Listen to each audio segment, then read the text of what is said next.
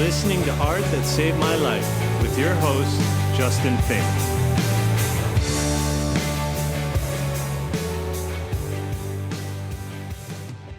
Hello, and thank you for joining me. I'm so grateful for your time and your attention. I know how valuable those commodities are these days. My name is Justin Fink. I'm a licensed professional counselor. As well, I'm a musician, an artist, if you will. I love to write. I went to film school. I love comedy. I've done improv. Creating is just in my blood. So, of course, I wanted to make a podcast that really honors this gift that art is. Without a doubt, there's no way I would be here without art. I know how much music, movies, paintings, poetry, etc. is just medicine for people. Another big reason I started this podcast is because I really want to get to know people. There are so many people in my life who I can consider myself close to, yet their history, the things that they really struggled with, are a complete mystery to me. I've found that it's through these struggles that we really find meaning in life and we really get clear on what our values are. And art is like the life raft that it keeps us from drowning.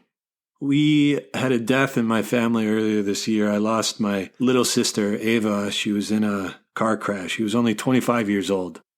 And the thing that breaks my heart the most is not really being there more for her.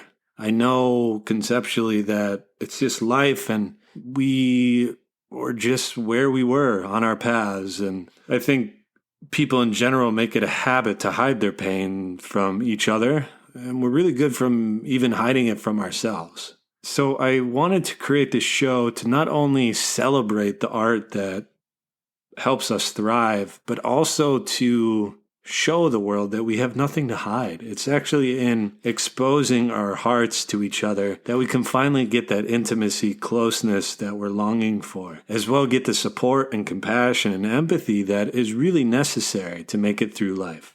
So coming up is a conversation I had with my best friend, Austin C. Pruett. Austin is a beautiful soul, one of the funniest people I know, just naturally curious and compassionate. And we were randomly assigned as roommates my freshman year of college. And it was around this time that I had a really bad relapse with my anorexia. I lost a lot of weight. My family was worried. It was not a pretty situation. However, it was also around that time I discovered Cannibal the musical, which is such a delightfully weird movie. I really hope everyone is inspired to watch it after listening to this. And it was such a joy to discuss what happened with my good friend Austin. This happened about 19 years ago, almost to the day, and I don't think we ever discussed it since then. And I think it was maybe always kind of hanging over us. So it was really good to clear the air, and it was really good for our friendship. It was great for me to get clarity on the whole situation, to forgive, and really helped me close the chapter on that. So please enjoy. If you're struggling with anything similar to what I mentioned in this podcast, please do not feel ashamed to get help. To be in crisis is nothing shameful. It just means that whatever is going on in your mind just isn't working for you anymore.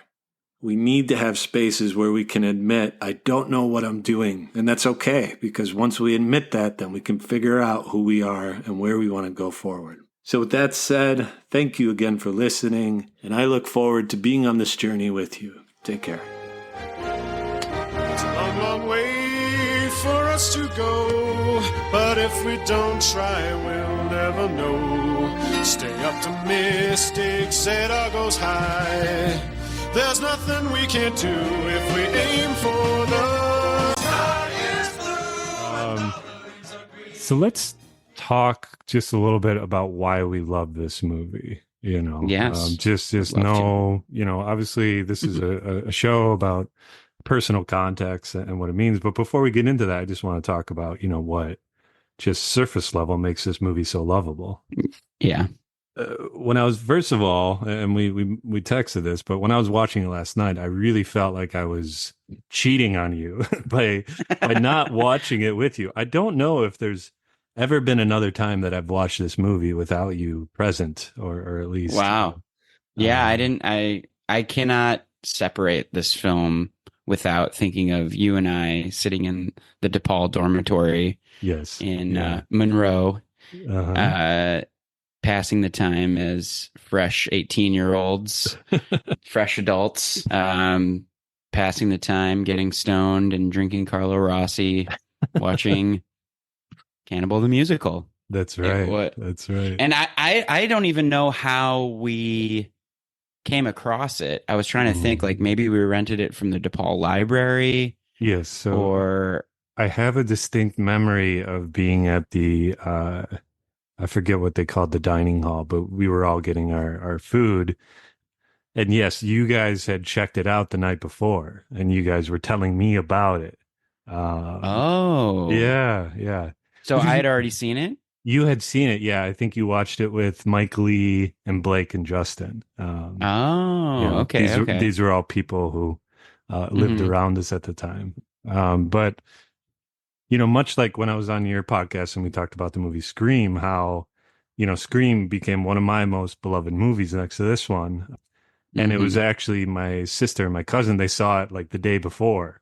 And I came home one day and they were like, you got to see this movie. So it was kind of that same, get ready, Yeah. Here comes like a piece of art that's going to be integral to your being.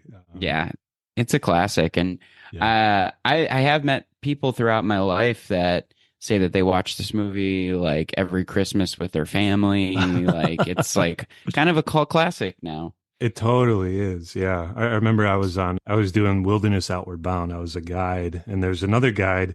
And it was so funny because we were kind of clicking, kind of connecting, what are you into? He was into rugby. I was like, I can't relate to that. And then at some point, I don't know how, I think one of us said Spadoinkle, which is like the made up like catchphrase of this movie. And then we looked at each other as like Cannibal the Musical. And then like we spent the next 2 days just like quoting the movie and singing the songs. And it does like unite people. I've never had much in the way of friends or family. My horse is the only pal I've ever known. I'd like to build a ranch in the Rocky Mountain air. A home for us, that's all I'm asking for. That's all we're asking for. That's all we're asking for. We're tired of being sick. We're sick of being poor. And I think that's the joy of loving like a cult film, is that you find these people out in the wild, and it's like, I know it's not a good litmus test, but it really does tell me immediately I can trust this person. Yeah. It's a certain absurd humor that, and there's some gross out stuff in the begining that, like, if you can make it past that, it's like you've kind of crossed a barrier. Right. And then like, all of the jokes are very particular. So if you stomach that and you like it, then you're one of us. Yeah, that's right. Oh, one thing for sure, nothing like the trapping life. I'm better than the baddest sailor. I make love to women 10 feet tall. I've got a chest of wonder and balls of thunder. I can break right through a wall. I love the sound of metal snapping on an animal's head. Sometimes they scamper, sometimes they whimper, but they always end up dead. I've always wanted to be somebody. So yeah, for anyone listening who's uninitiated, which I implore you to initiate yourself, is that this is a film made by Trey Parker and Matt Stone while they were in film school. Yeah, they actually, of South Park fame. That's right. They met in class at the University of Colorado Boulder, I believe. and they were assigned a project together, and then they just started making like short videos together, much like me and you, Austin, have done over the years. Yeah. And yeah, so the story goes is that Trey Parker was actually engaged at the age of 22, which is around when he made this, and his fiance at the time, I don't know if she cheated on him or just left him, but he was heartbroken, and his left him for an a cappella singer. Is that true? What he says. Yeah. That's amazing. And her name was Leanne. Right. Yeah. So which is the name of the horse. Yeah. Of course. Hey, do you guys think it's true that she's a trapper horse? Oh, a horse is a horse. Of course, but yeah. So he was so fueled by his heartbreak and kind of like spite that he threw all of his energy into making, because at first it was just like a fake movie trailer. They were like, oh, wouldn't it be funny if there was a movie about Alfred Packer? And it's like, who could possibly make a whole movie? Let's just make a trailer. And then they made the trailer.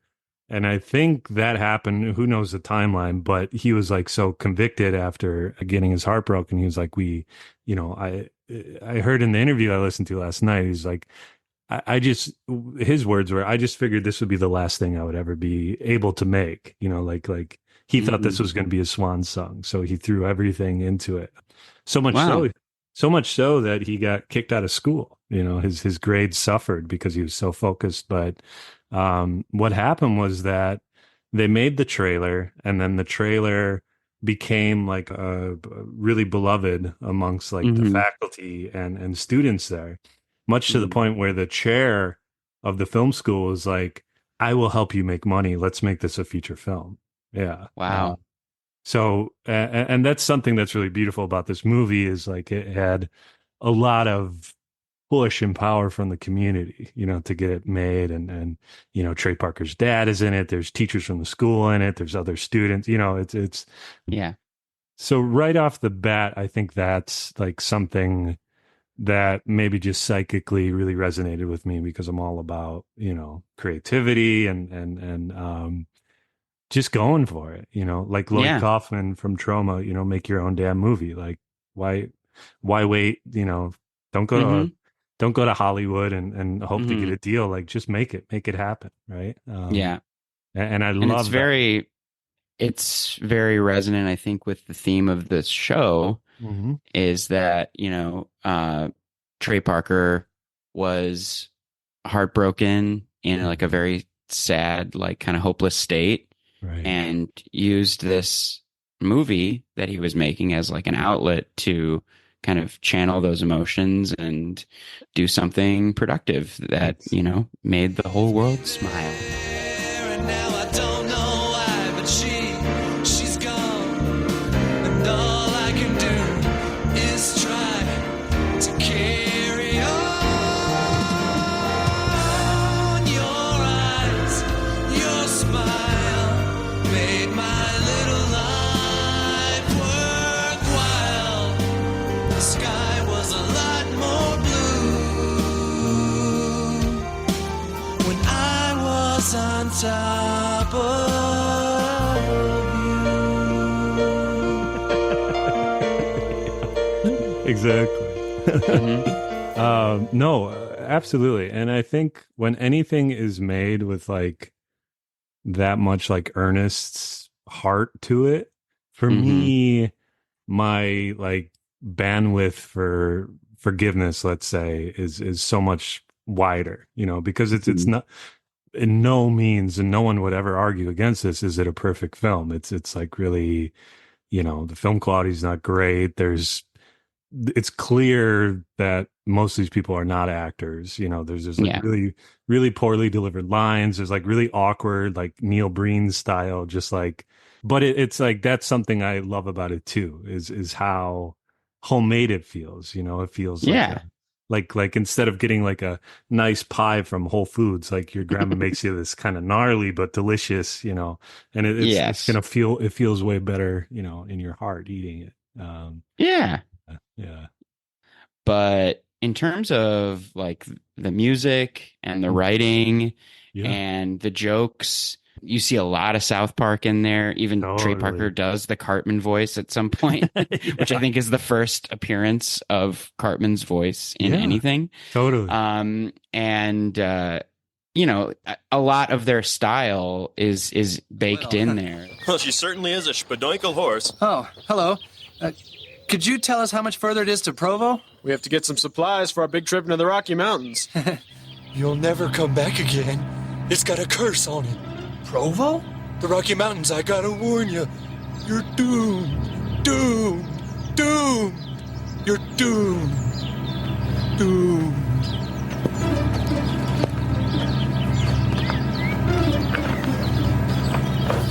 Turn back while you still can. You're doomed. You're all doomed.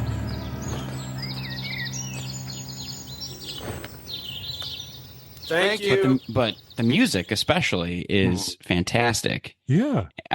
It's just still holds up as a very funny movie, and amazing that like this was their first kind of effort.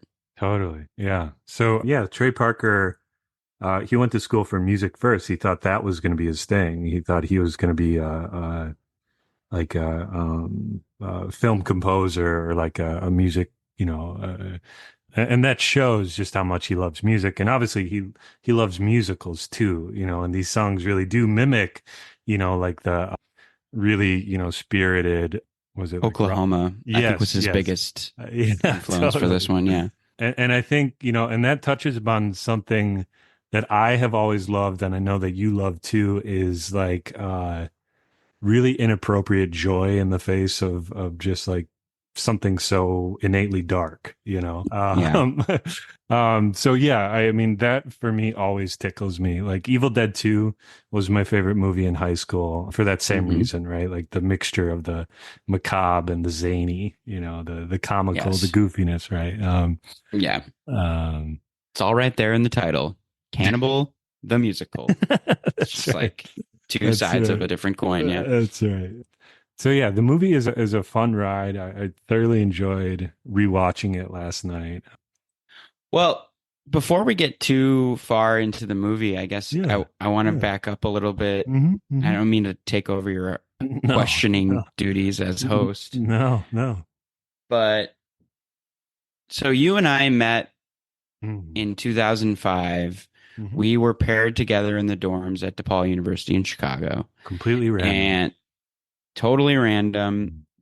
And we had a lot in common right off the bat. We both loved Mars Volta. We both had played guitar, had a, good sense of humor. And so we got along really well. But you were going through some issues at that time in your life. And I guess I feel like this is an interesting format because like I don't think I've ever like asked you directly or like got on the record like what really happened that semester at DePaul. I mean, I know what the result was. I know what happened. Right. But I guess I don't really know how your mental state was like basically from the moment we met to the moment that you dropped out, which was like basically a span of like 3 or 4 months. Yeah. Because I mean, I don't think we were close enough at that time to like really share like intimate emotional details about like, it was just like one day you were like, I dropped out. I'm going through some stuff. I can't do this. Yeah. Yeah. No, I really appreciate you saying that. And yeah, that's like selfishly, that's what I was most looking forward to. And recording this episode is kind of, cluing you in and getting closure and hearing your perspective as well. It's Rashomon, right? Like everyone has a different take on what happened, right? Yeah. But it is so funny how, like you just said, we had just met basically. We only known each other for a few months, and it's like in my memory, it's like when you said that, I was like, oh, that's right. Like we just met, like that's like our connection was so strong, that it's good to remember that. Yeah. I mean, we we basically had one phone call. I wrote you a really insane letter about how I love going to Ozfest. That's right. But I mean, yeah, I mean, like from the very first day we hung out, I mean, I had like a long-term girlfriend at that time, and like we were all very close, me, you, and Joanna. And I just remember one of the first days we were hanging out, we were like walking from the dorm to get some lunch or something. And I don't even remember what it was, but you cracked some joke that was like so fucking witty that I was like, I love this guy. Like it was just like immediately, like I was just like, we are going to be such good friends. And it was just such fate for us to be paired together. And yeah, I mean, we just had so much in common. Like I remember us like watching the the Windows Media visualizer, listening to like Led Zeppelin. And there's like one video that we like totally lost where, do you remember when you're like, oh, yeah. Like when I think of the dorms, I think of that video. Yeah. Our listeners will have no fucking idea what we're talking about. But it was basically like you were like creating a story around like a Led Zeppelin song that was about like an old prospector finding gold or something. Yeah. And like, I mean, this was, I mean, almost to the day, Justin, because I think that the semester started first week of September. Yeah. I mean, we're talking 19 years ago. God, that's so like insane. that's more than half our lives, basically. Yeah, that's incredible. Yeah, it's crazy to think that next year will be the 20th anniversary of us like becoming friends.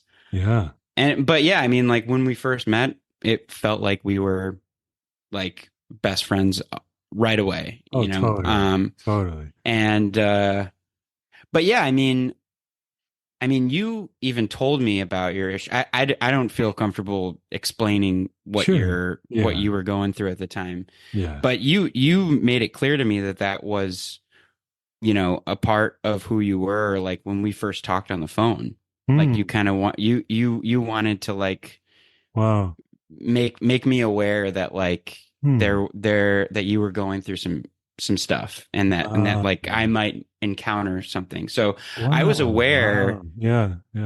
Coming into the dorms and meeting you. I mean, obviously it didn't affect how I thought of you or anything, but it was like I knew that it was a thing.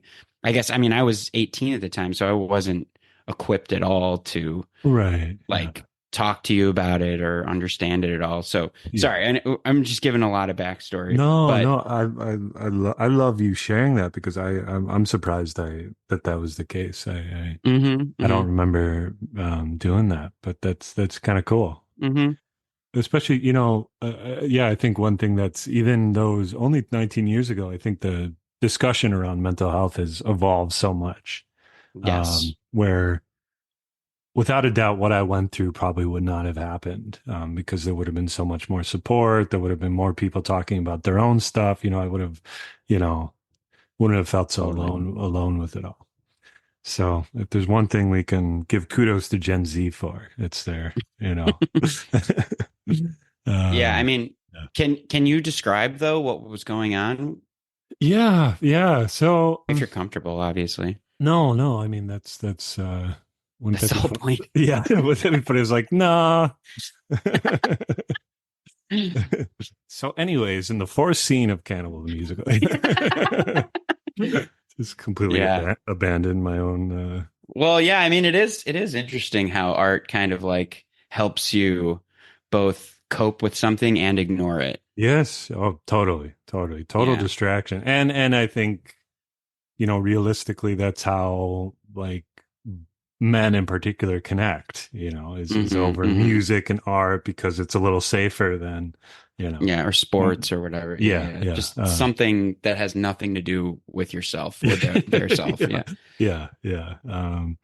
So anyways, so it's hard to pinpoint like where to start, but what I should say is that since I was 14 years old, so I'm just going to go like right into it, you know, the details. But when I was 14 years old, I was in a really dark place and I had a suicide attempt, and it was like the end of the year, freshman year. Jesus, I didn't even know that. Oh, really? Wow. Yeah. Mm-hmm. Yeah. Yeah. Yeah. It was really awful. It was like really orchestrated and elaborate, and I told many people I was going to do it, and even when I was doing it, I was like calling my girlfriend. So, when I look back, part of me feels like I knew I didn't want to go through with it. It was more. Mm-hmm. I hate when people say like, "Oh, the kid just wants attention," but Mm-hmm. that's what kids need, right? And there must have been a really big need for it. But regardless, yeah, 14. I was so then I was hospitalized, and I spent like 15, 16 days inpatient. And what happened was that I was inpatient, and then they saw my weight, which I was 6'5" at the time, about 6'4", 6'5", and about like 120, 125 pounds. So like rail thin. Wow. Yeah.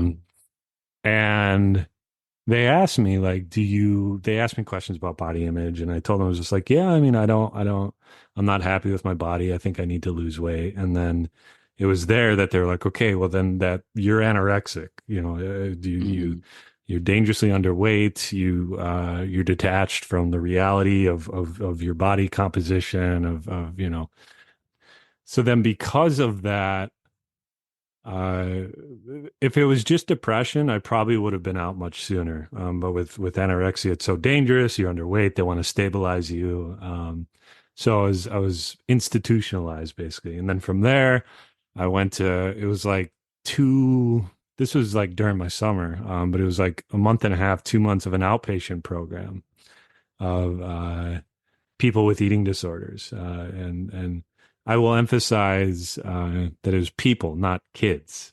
So I was I was 14 years old, and the majority of the population was like, late 20s, 30s, some, and it was mostly women. Like very, obviously very, very sick and neurotic women. So it was like they talk about. Like I remember in that movie Blow, he's like, you're not a criminal until you go to jail, right? Then you right. In prison, you learn what it means to be a criminal, being around other criminals, right? So it was like, you're just a person until you meet people who are like you, and you're like, oh wow, I'm this person. Yeah. And to see people who were like even further down the road, and just like it was a very traumatizing experience for sure, for anyone to just be thrust into that. It was a very unsafe environment, just scary, and they had me on these like pretty heavy duty antidepressants. So I was like numb out and tired all the time. So like I wasn't even processing anything. But anyways, so from there on, it became like a part of my identity. Like I'm this kid with problems, right? And I've got this mind that's dangerous and wants to kill me. And just to be clear, because we haven't said the actual like diagnosis, but like, were they like, you're anorexic, or like you have body dysmorphia, or like what were the doctors telling you, or like how did you identify, or how do you identify? Yeah, no, they said you have anorexia. That's like that would be on the file is anorexia, anorexia nervosa. Yeah, and that was I don't identify with that now. That's I don't. As a therapist myself, I have a hard time with diagnosis in general. I have such empathy because of what I went through, of being told, you're almost branded, you're obviously diagnoses are helpful, right? It's like, okay, here's the illness. Now we got to treat it.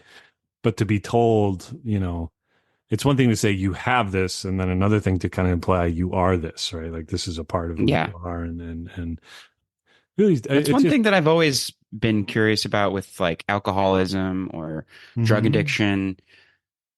People say like, I will always be an alcoholic. Like I haven't drank a drop in 30 years, but I'm an alcoholic forever.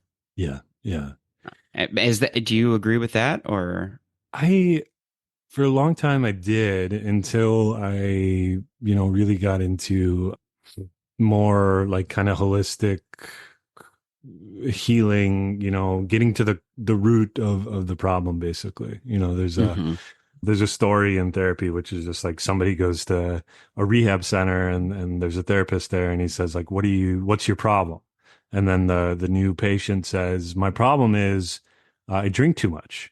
And then the therapist says, no, you drink too much to treat the problem. What's the problem? Right. So anorexia, that it was, and I've dismantled this since then, but it was treating the problem. It's how I treated, and these are emotional wounds. So, and I think there's an element of control in there, but there's also an element of shame. There's a big element of shame to say, there's something broken in me. Like there's some, demon in me that will take over at any moment, will never leave me. Yeah. And I fully believe that these wounds can be healed, and the narrative can be Linkin Park. That's right. Sorry. It's crawling in your skin. That's right. These wounds, they will not heal. Yeah, I'm sorry, but they will.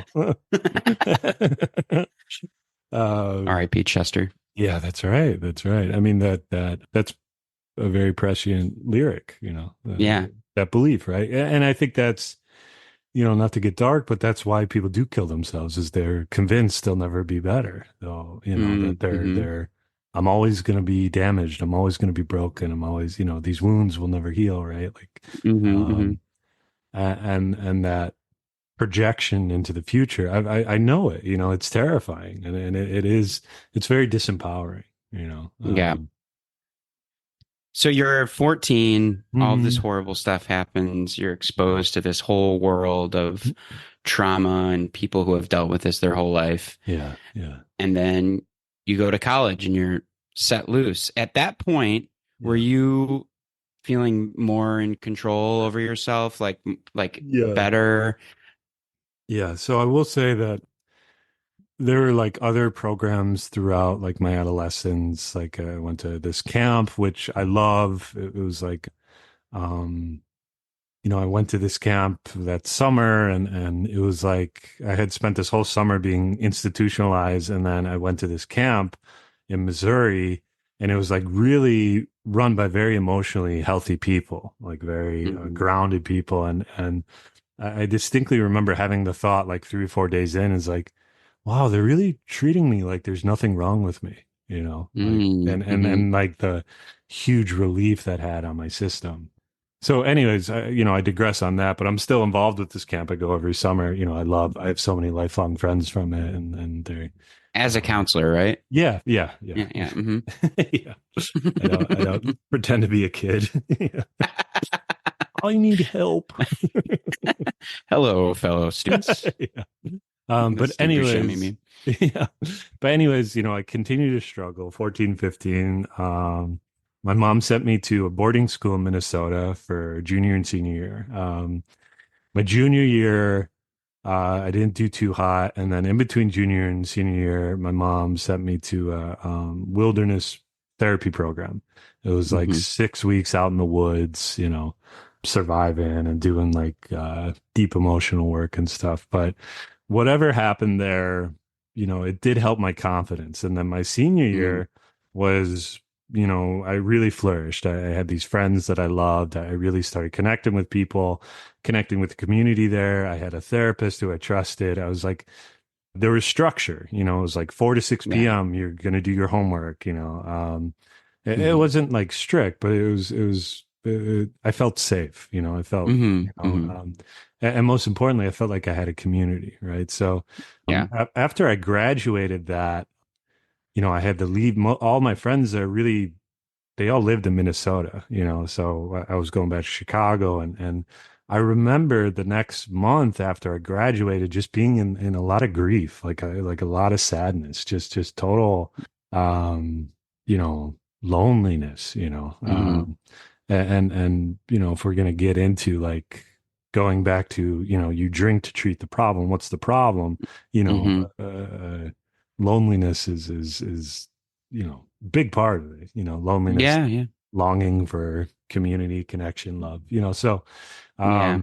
but also we're both children of divorce, which yes, I know had like a huge mental toll on me. Yeah. And I wonder if that might have played into a little bit. I mean, because when you're a kid and like you're having to go to two different houses, you're dealing with like two separate personalities. It's like somehow like the mother-father unit like splits your mind into, and it's hard to like find the center again. Absolutely. At least that was like my experience, and so I wonder if like some of that loneliness like stems a bit from there, and like feeling a little disconnected from your parents and still like being a child, really, Yeah. No, big time. I mean, I think you hit nail on the head.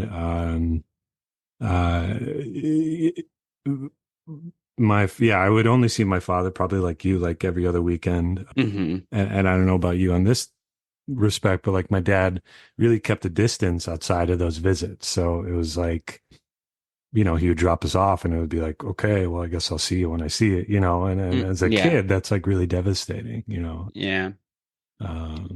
It was a little different with my dad, but he was very much wanting to be a part of our lives, for every moment, but it was to the detriment of my relationship with my mother, because he wanted to take me away from her, basically, and like he was like, I don't know, like kind of competing for attention and time with me, so would he and my brother.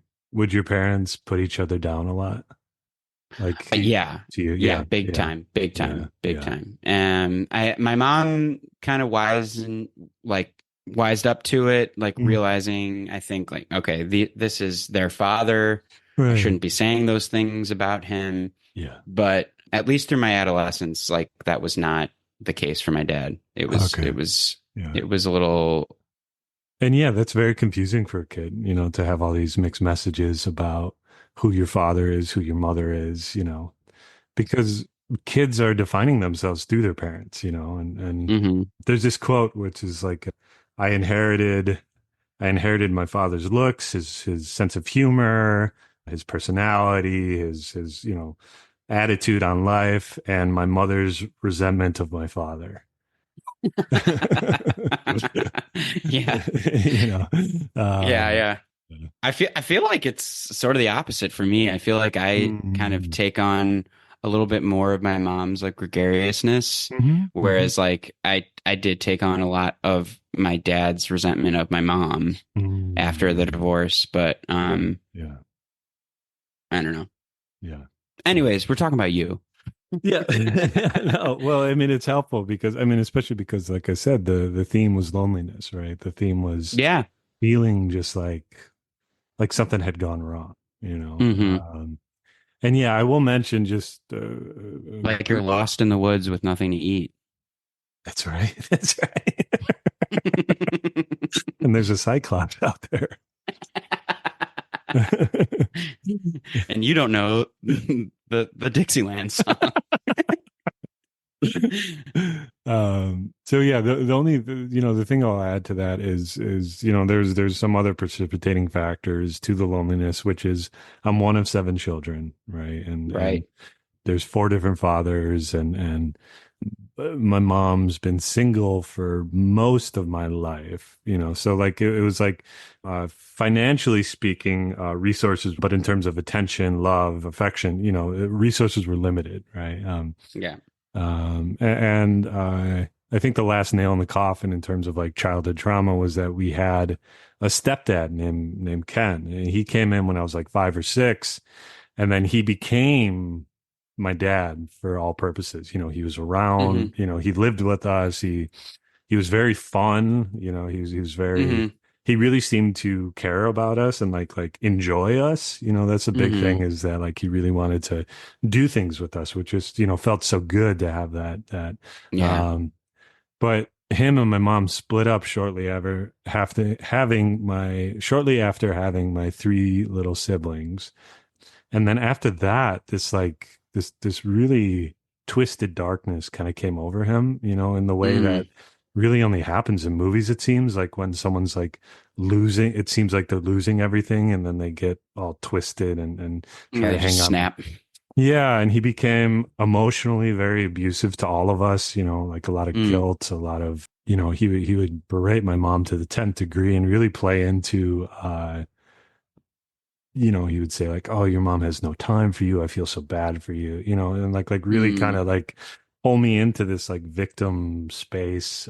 But he was doing that for the purpose of me, having more affection for him. He was playing with my emotions, and then he just got like emotionally violent, and there's even, I don't want to go into it, but there's myself included, there's instances of like physical and sexual boundaries that don't quite go into straight up like molestation or pedophilia, but were very inappropriate and uncomfortable, and kind of him.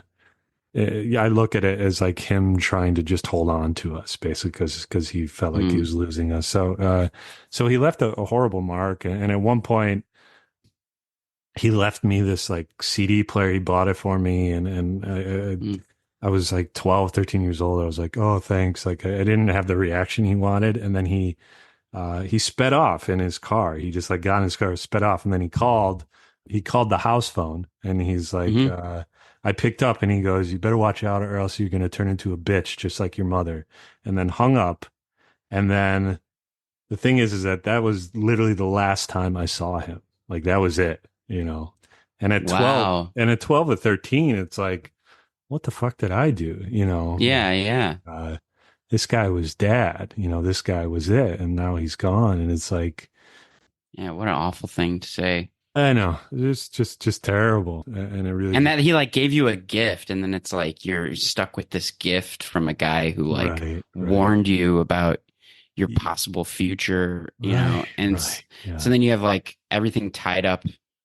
I mean, like when I was 12, 13, like my CD player was fucking everything. It was like I carried it everywhere. Like listening to music was everything to me. So it's like, I don't know if that was like that for you, but I mean, like to have like an object that's so tied up with something so horrible. Exactly. Yeah. I mean, it was just I think confusing is the best word to use for that whole time, and lastly, I'm not going to put her on blast. She had so much going on in her life, but, things with my mom were never that great.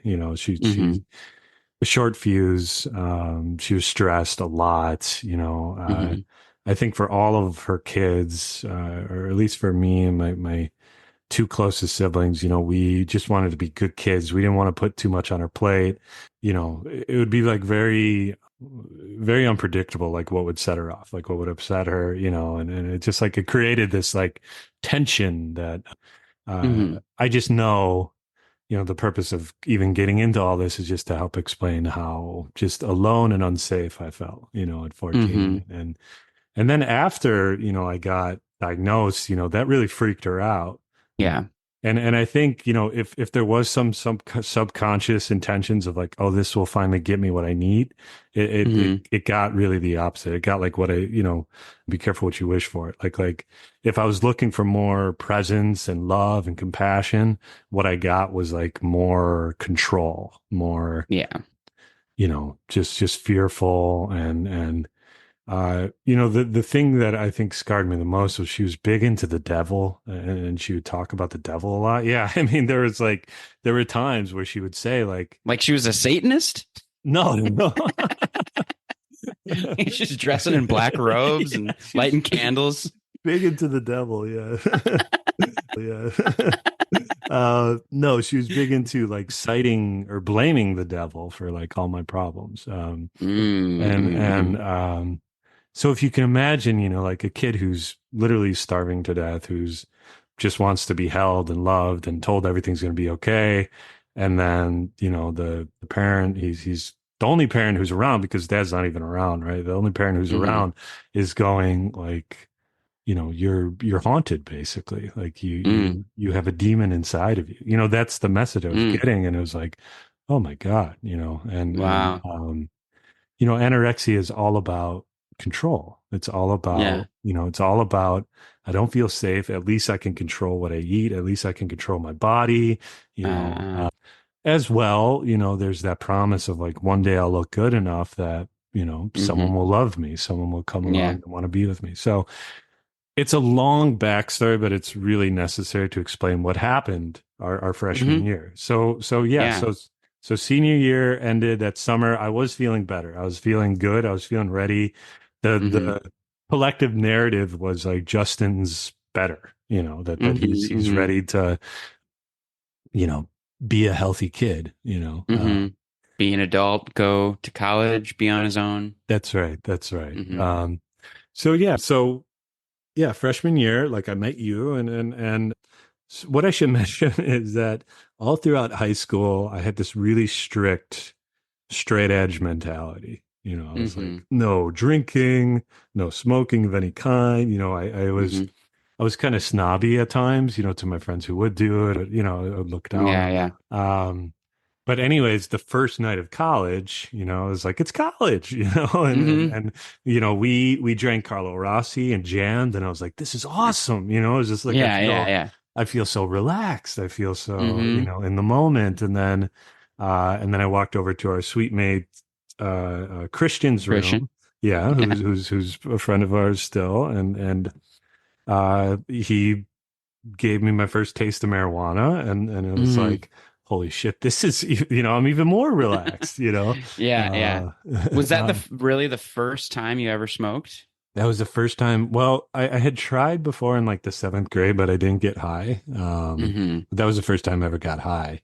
And that night, as we were getting high, an RA busted us. Right. Yeah. And forgot about that. I remember like the first, that night being like, holy shit, I'm going to get kicked out of college. Like that was my first thought. I was like, my mom's going to be so pissed. Like, this is going to be terrible. And then I met with like the dean or something. And he was like, just write an essay, explaining your contrition, like, why you feel bad for what you did. And I wrote some bull crap, But anyways, but so then from then on, I discovered, alcohol and weed. And it was like, I feel great, and we were connecting and laughing. And you mentioned that that video that's lost of me like kind of riffing on Led Zeppelin. And the thing is that like I've always been, and it's wavered in and out throughout my life, but I've always been like a pretty shelled up person. I've always, a lot of fearful of people, fearful of rejection, so I was free, like my with the help of substances, I was free. I could like play and laugh and, have fun. But unfortunately, when you're in school, you also have to do school, and that also have responsibilities. And that had no appeal to me whatsoever. It was like, why the hell would I do this? I had no idea what I wanted to do with my life. And this was the first time I got to try, being a kid and just goofing off and it was like, it felt great, But what I will say is that at some point, I don't know what happened, but it must have came, I'm guessing it was because I knew I was slipping in school.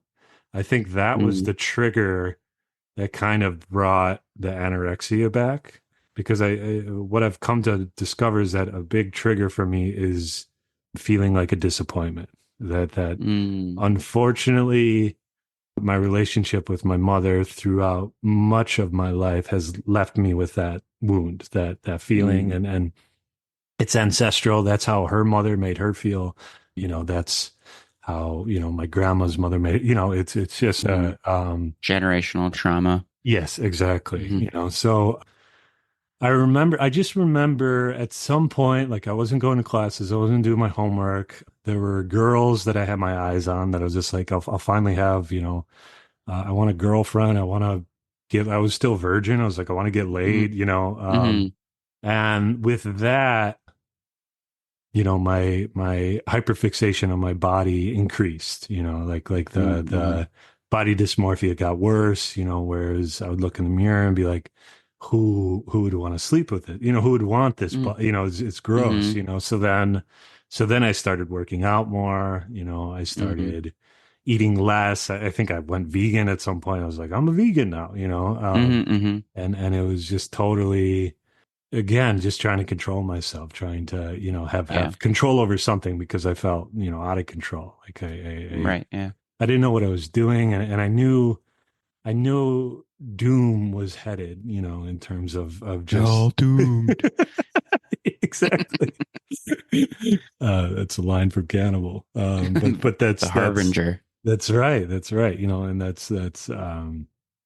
and that's what was going on. So we'll get back to Cannibal in a second, but because I discovered Cannibal right around that time that I started slipping was when, you guys were like, oh, this movie Cannibal, so it was almost like, all right, you're going through some shit, but here's a life raft to hold on to, it was just like something that brought me joy.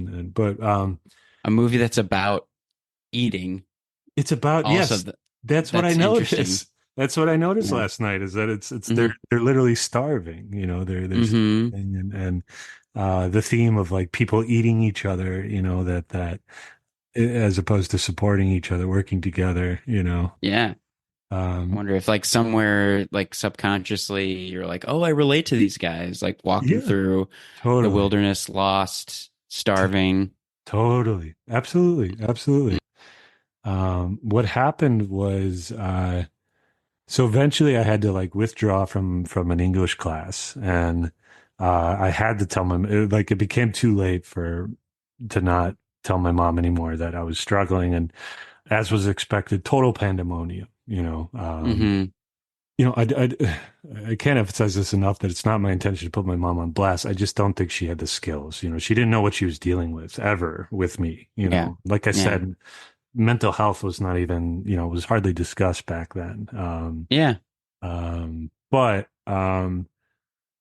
I know if I had a kid and it was like, dad, if Jonas, my son, was like, Dad, I had to withdraw from class, I would be like, oh man, what's going on? Like, what do you need? Like, do you need to come home? Like, you must really be going through something. But unfortunately, I didn't get that response. I got this like, you fucked up. Like why, and this like very personal kind of like, why would you do this to me?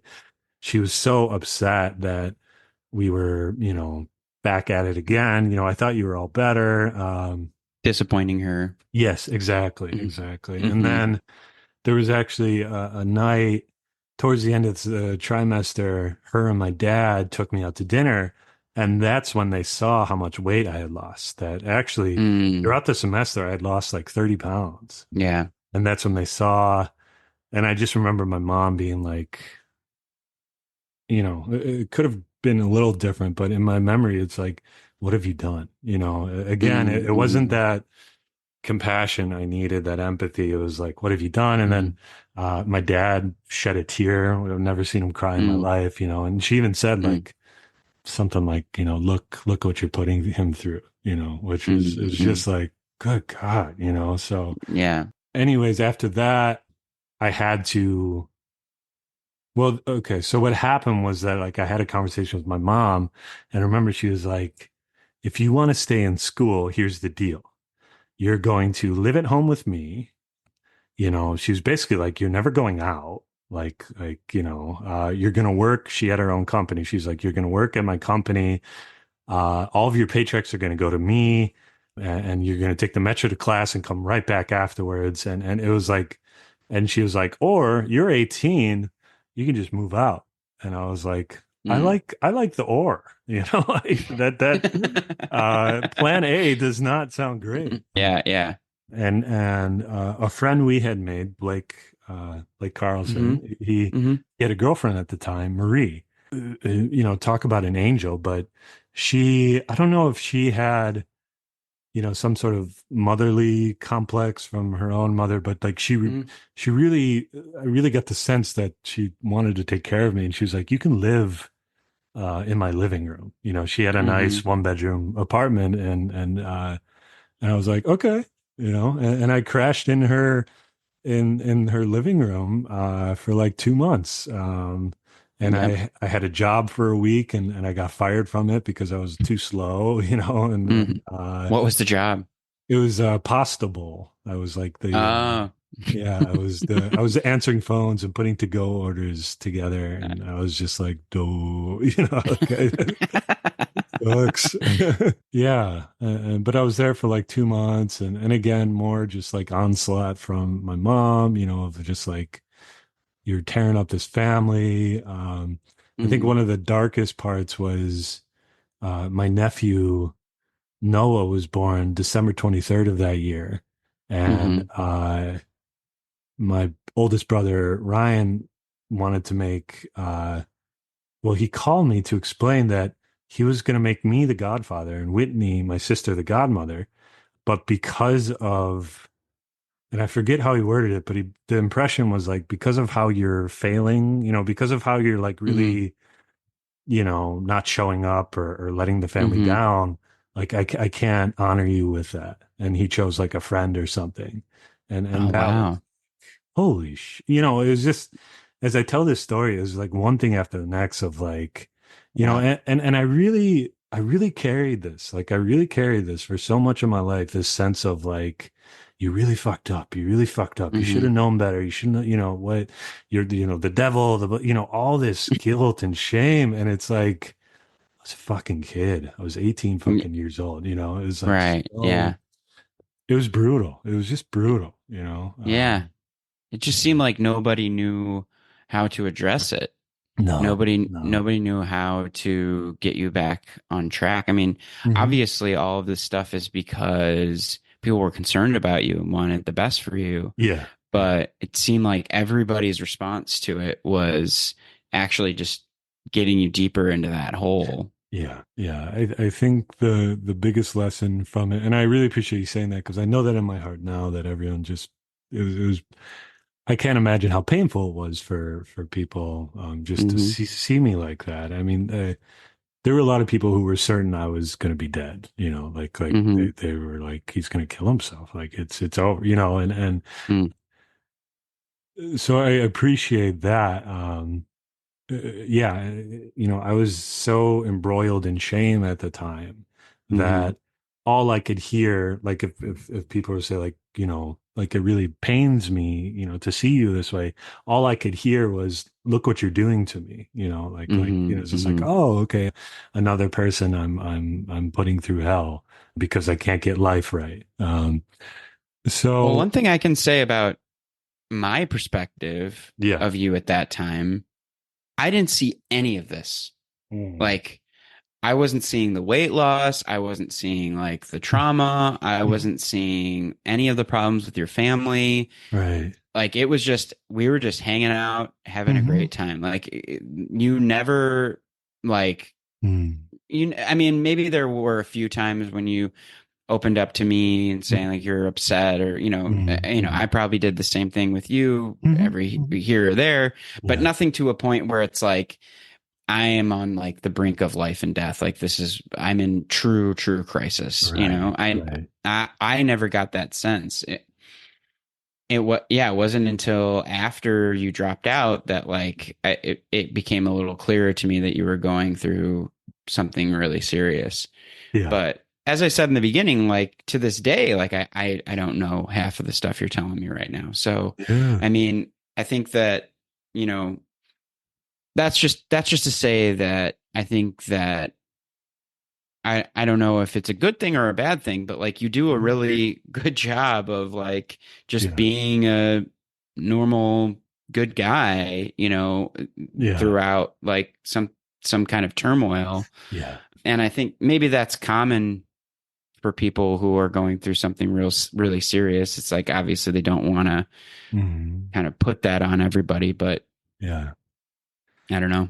Yeah, no, I appreciate you saying that. And I think that's like, that speaks to the loneliness, you know, of being a master hider, you know, just so good at compartmentalizing and self-control and the biggest thing is that people were telling me like you're sick, you need help, or you're not in good space, and it was like I didn't want them to be right. I didn't want to. In my mind, it was like I didn't want to admit defeat. I wanted to prove to everyone that I could do this. And back to the movie, back to Cannibal, is that that was Alfred Packer's demise, at least in the film, because of the trappers. He wanted to prove them wrong, and he was so convinced that they stole his horse, that they were like, I'll show them, I can make it to, the territory that they're going to. And it was like, that's the moment of the movie when he says, so they sing the song, "It's All I'm Asking For," right? Yeah. And I thought that such a beautiful song, such a simple sentiment, and exactly, that's all I was asking for. I just wanted a happy life. I just, that's all we really want, right? We just want to be happy, right? Yeah. Or I mean, I think when I think of this movie, obviously, I think of the Snowman song. I think that's the hardest we ever laughed together. Like, or that was the moment when like we just lost our minds. Just total hysterics. Yeah. But that song, it starts off like very somber, like maybe we'll all die, so let's build a snowman. Totally. Yeah, and like that character of Swan, he's just like this overly optimistic, overly happy person when they're like literally starving and dying. Yeah. And I just remember us just cracking up when the guy goes over with the pickaxe and just smashes the snowman. So good. Like just like literally on the floor laughing. That character Swan is so amazing about his like his unbridled commitment to optimism. Yeah. Like when they first find snow and he's like, "Hey, we should build a snowman." And he like he's like throwing snowballs at him. And even when he's dead, he's got that big smile on his face. It looks like he's gonna sing a song. They push in, it's like, no, he's dead. But yeah, it's I've talked a lot about family dynamics and how just as a collective, we had no idea what we were dealing with, and we all kind of dropped the ball. But the real heart of the issue is life itself, is that I can sit here and blame my family and say, oh, they're so this or that. But the truth is that, life is the culprit in that, all of our neurosis is like, how do we deal with the uncertainties of life? How do we make ourselves feel secure with the fact that people do starve, people do die, that we don't know what's coming next. And there's Cyclops out there, there's bad people out there that can wish us harm. And we aren't Southern boys. We aren't Southern boys. We're not welcome. Right. We're stupid Yanks. So, I think it's, and really everything I struggled with mentally is, if you put it in like a petri dish and you just like looked at the like molecular makeup, you would see the same things in the psyches of all of my siblings and all of my aunts and uncles. It's like, again, it's like I inherited certain viewpoints, certain, I'm not the first person in my family who had an unhealthy relationship with food. I think I was the first person who didn't get away with it, because I took it to the next level, and that's just one example. Right. And I hold nothing but, understanding. There's forgiveness there. Yeah. Yeah. It's just understanding, it's, like Jesus said, when he was getting his nails in his wrist and he said, forgive them. They don't know what they're doing, and that's the truth, is that, there's just so much fear and fear makes us idiots. The bottom line is it doesn't allow us to address the real needs of the situation, So what were, it's kind of interesting you talk about this, because it's like, if you look at it chronologically, it's like you were doing great until you watched Cannibal. Like, oh, that's interesting. Yeah, it's like actually after you watched the movie, everything went to shit. Yeah. But but I mean, obviously something about this movie, or maybe the things that we were ingesting and the way that we were relating in those first years, was giving you some sort of comfort, or kind of helping you maybe ignore or cope with what you were dealing with internally. Yes. Yeah. But what was it about this movie that you like associate with like a positive, like where it's like, I mean, other than it just being a really funny movie and we cracked up and had a great time, but is there something about this movie, or maybe something else during that time, that was really helping you through this crisis? Yeah. I mean, I think really, if we want to like give more meaning than was ever intended in this movie, it is a movie about resilience, right? It's because that's something we haven't talked about, is that Alfred Packer is unfairly, put on trial here, right? Like the whole town hates him, right? And I think I related to that, right? That not that everyone hated me, but like that feeling of like, what are you doing? What have you done? And it's it's like, I'm just surviving, I'm just doing what I can, True.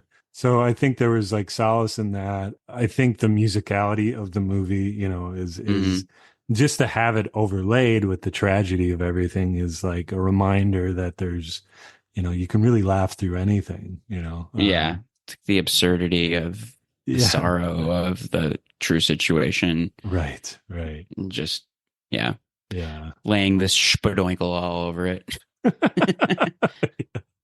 But that's, I mean, I think that's the biggest thing, is that like, I never, throughout my life, with I think a few exceptions, I really never lost my sense of humor, and that is for sure.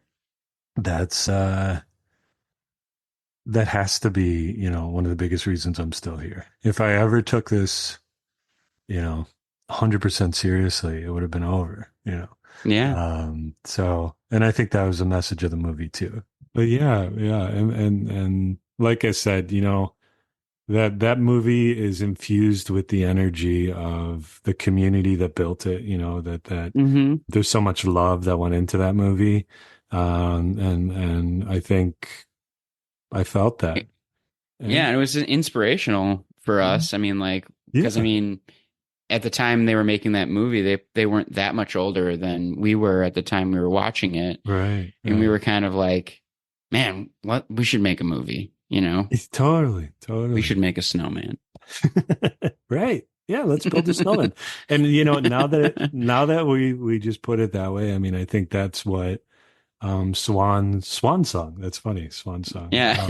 But his song about let's build a snowman, it's actually not just completely irreverent. It is about life. There's always going to be pain. There's always going to be things going wrong, but like make something, go create something, go make a funny video, or pick up your guitar and write a song, or that. And yes, throughout my life, my sense of humor and music, those are the two things. Those have been my, on day one, God's like, I'm going to give you these two things, and that's going to keep you sane. And this is such a great combo of both of those things. Exactly. Yeah. And not to mention the horror aspect of it, which you've always been prone to as well. Yes. People's getting axes to the face, and people getting their tongue ripped out, and all that stuff.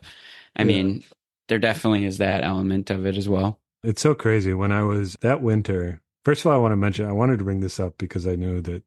I've been watching The Simpsons, for the past few years. I've been starting from the beginning, just going episode by episode. But the other day, I watched the episode where Bart shoplifts Bones, right? Of course, yeah. Catfish. But just take it. Take it. As I was watching that episode and Bart's like walking through wintry Springfield, I had this like really uneasy feeling, and I was like, what is it? And then I had to take a second to like kind of tune in, like, why am I feeling so, like, it was just like a depressed kind of feeling. And it's like, oh, that's how, that was my winter that year of feeling that, like, because that episode's about him disappointing his mother and feeling alone but I I remember that winter. For some reason, I was in the loop.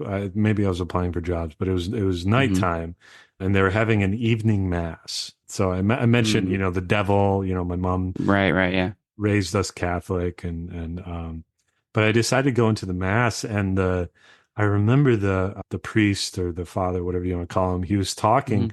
He was delivering a sermon on the Book of Job. Are you familiar with that story? Yeah. And you know what? I actually was thinking about this, that Alfred Packer is kind of like a Book of Job. Like, he is Job. Like, everything terrible befalls him. Like, he loses his horse.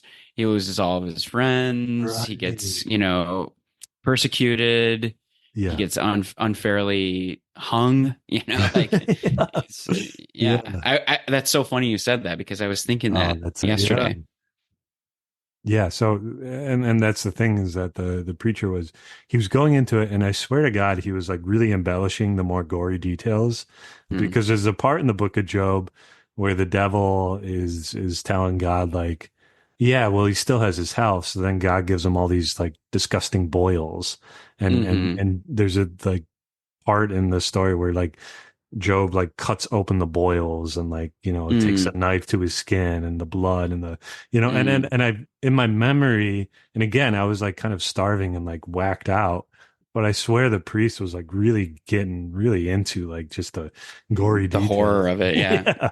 And I think that's just been a theme of my life, the have not shied away from the horrendous gory details of life, Yeah.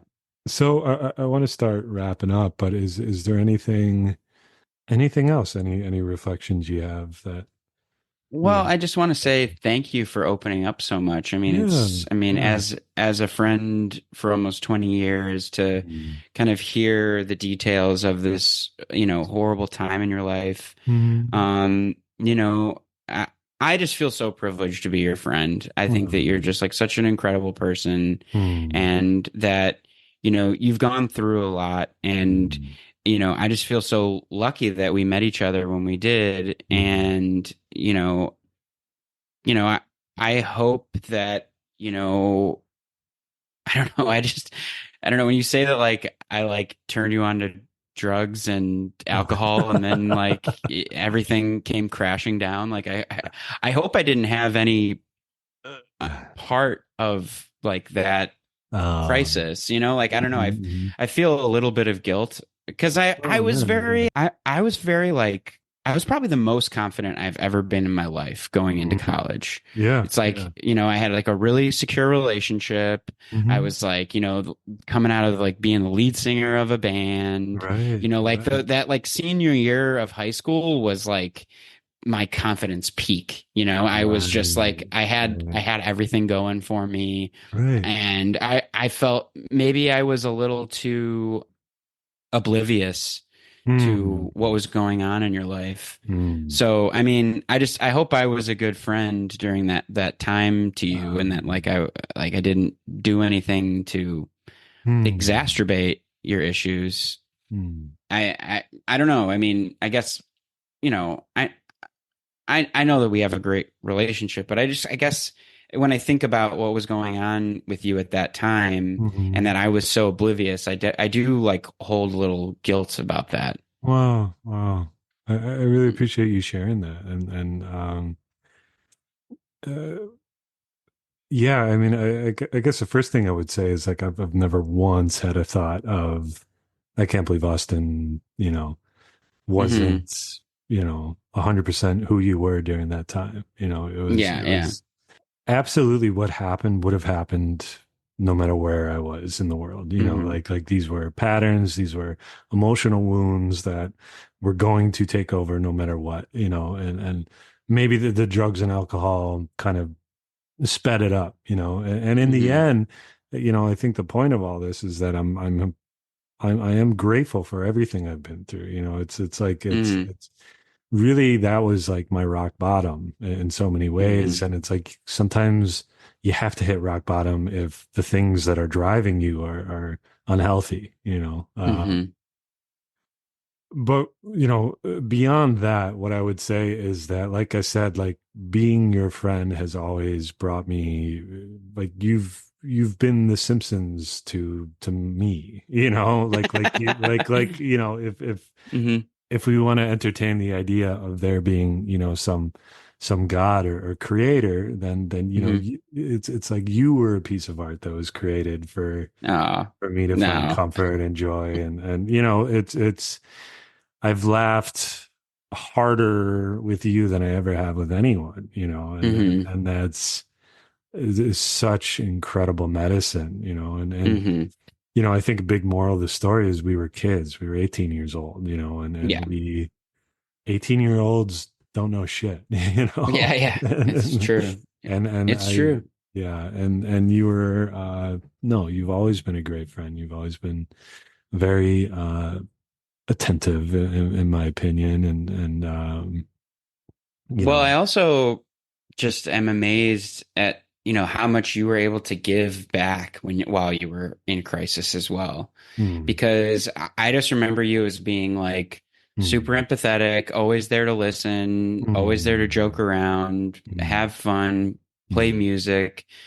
Like you never pushed your problems on other people, which I think is like really hard to do when you have like such inner turmoil. Yeah. And, maybe you should have, maybe, looking back, maybe it would have helped you to be a little bit more open big time to those things. Yeah. But I think that also the fact that you were able to give so much back as a friend during that time of crisis just says a lot about your character and just like what a great person you are, because it's like you just want to like be you don't want to drag anybody else down.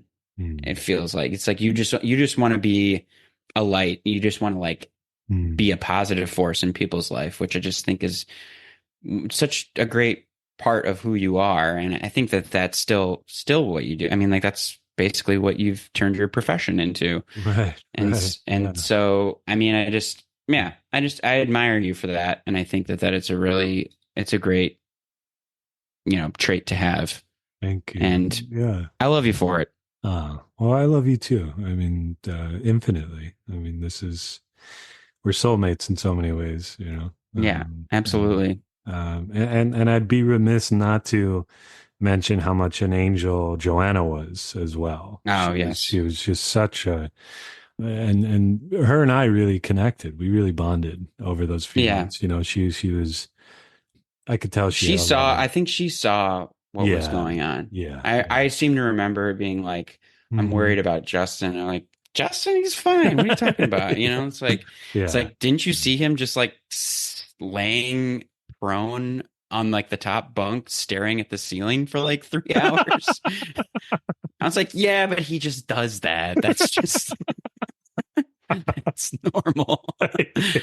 But yeah, I do have like a pretty vivid memory of like coming home from the dorms and you literally just laying flat on your back and just like staring straight up, and me just being like, hey, what's going on? You're just like, hey, and then when I think back on like the signs that I should have seen, it's like that image comes to my head. Oh man, that's haunting.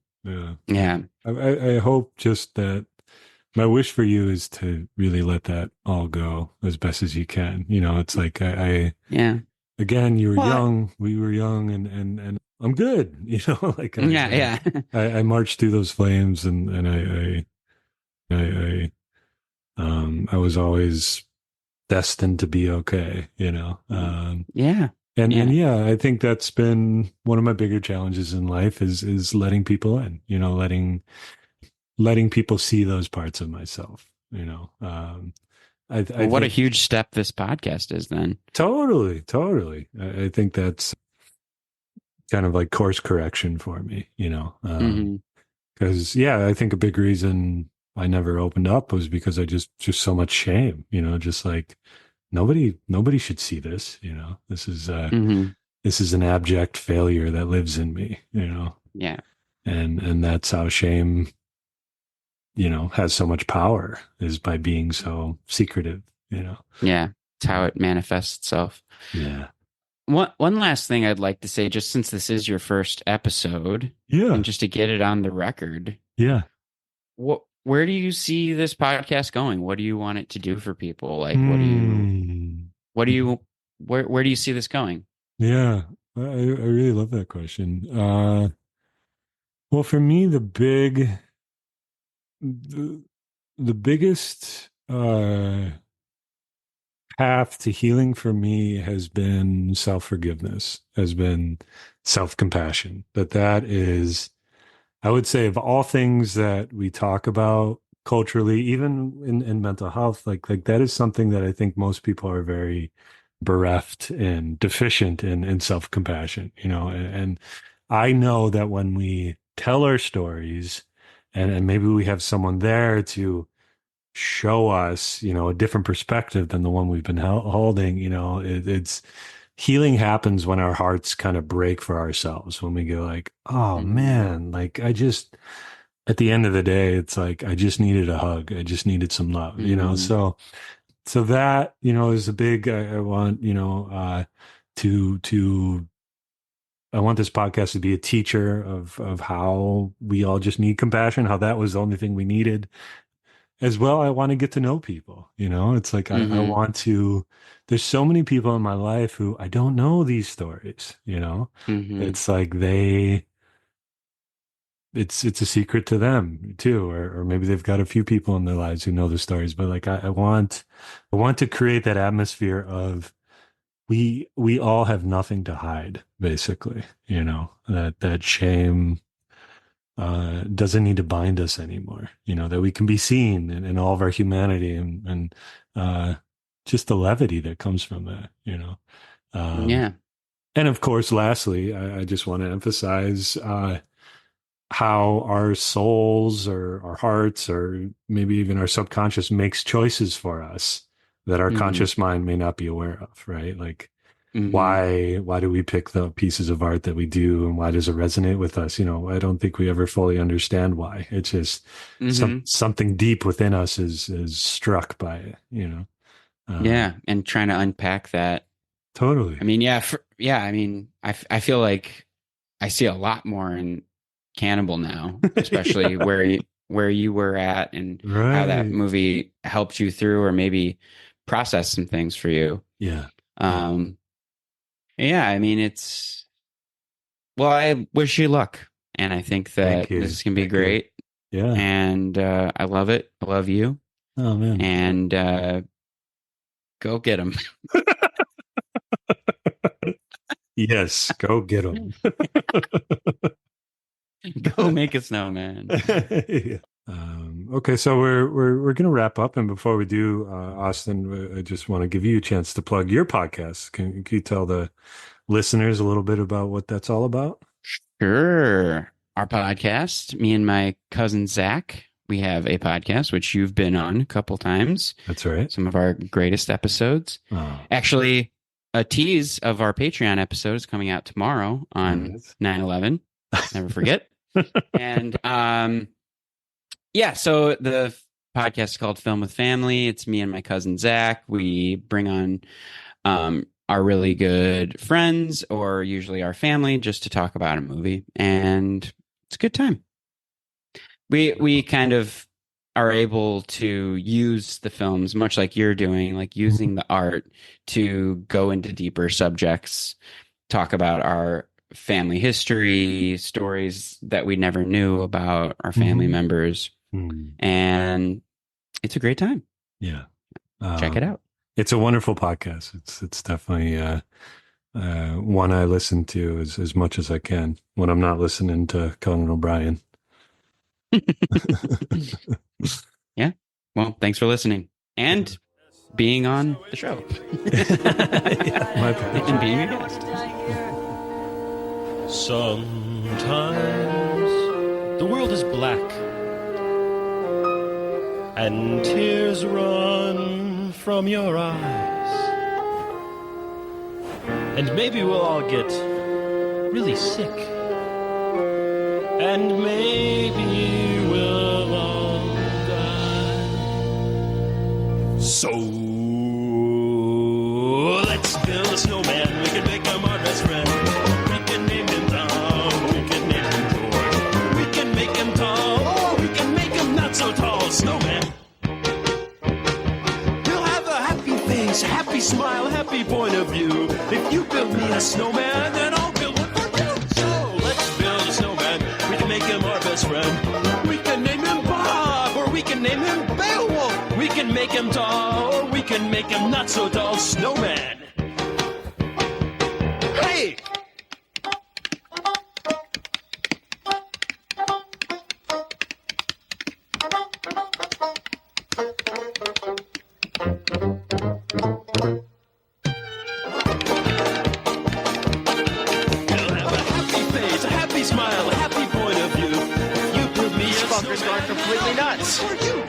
Snowman, snowman.